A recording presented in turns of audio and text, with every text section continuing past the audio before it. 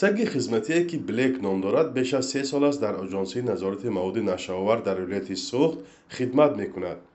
او سال گذشته با کمک کینالوک‌ها چند حالت انتقال مواد مخدر را آشکار کرده در پیشگیری قاچاق آن به ازبکستان سهم گذاشته است. دوام سال 2024 با استفاده از این سگ آموزاننده شده کارمندان آژانسی بیش از 8 کیلو مواد مخدر را در 3 حالت دریافت کردند.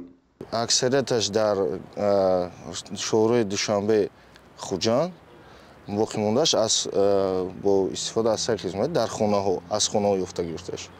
از طرف ریاست агентии назорати маводи нашоҳар дар вилояти суғд با اطلاع آژانسی 19 فوریه سال 2024 کارمندان شعبه فوری جستجویی این نهاد یک گروه عبارت از 7 نفر را با مقدار زیادی مواد مخدر بازداشت کردند.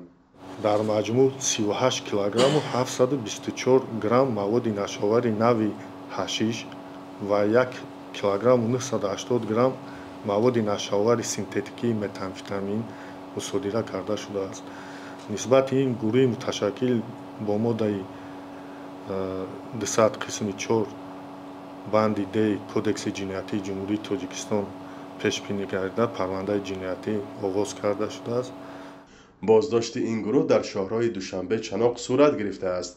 به گفته مقامات قاچاقبران می‌خواستند مواد نشه‌آور را به قرقیزستان و ازبکستان انتقال دهند.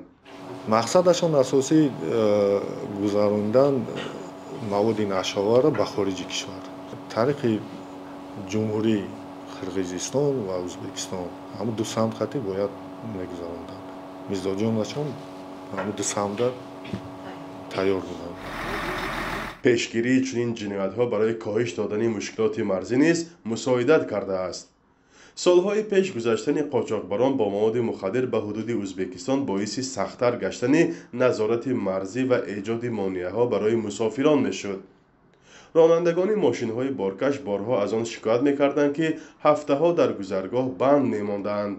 ولی سال 2024 رادیوی آزادی درباره چنین مشکلات تقریباً شکایت دریافت نکرده است.